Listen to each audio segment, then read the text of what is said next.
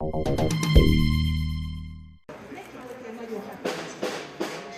service d'ordre paramilitaire à l'entrée d'un concert de rock nationaliste. Nous sommes dans la banlieue de Budapest, à un meeting du Jobbik, le parti d'extrême droite hongrois.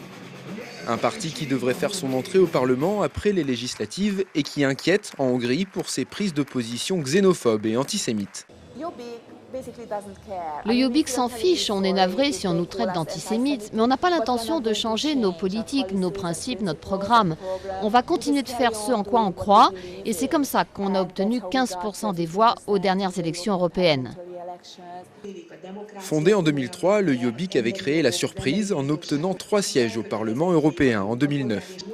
Un succès acquis grâce à un discours populiste dans un pays très touché par la crise économique et où les scandales et les affaires de corruption ont mis en pièces l'image du gouvernement socialiste.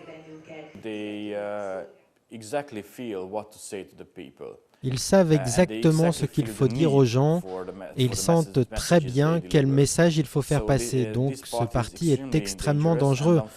Et malheureusement, la corruption du pouvoir politique en Hongrie n'aide pas à promouvoir la démocratie.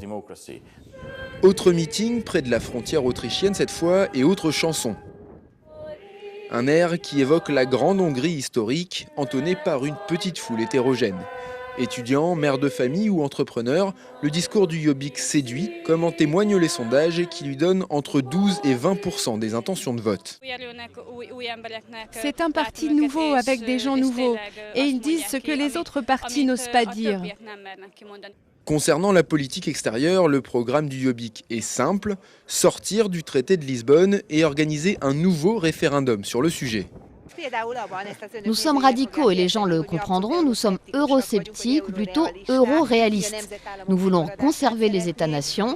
En tant que membre du Parlement européen, avec mes 2 autres collègues, je combats pour ça. Si le Jobbik confirme les estimations les plus optimistes, il pourrait passer devant le Parti socialiste hongrois lors des élections dimanche. Il deviendrait alors la 2e formation politique du pays.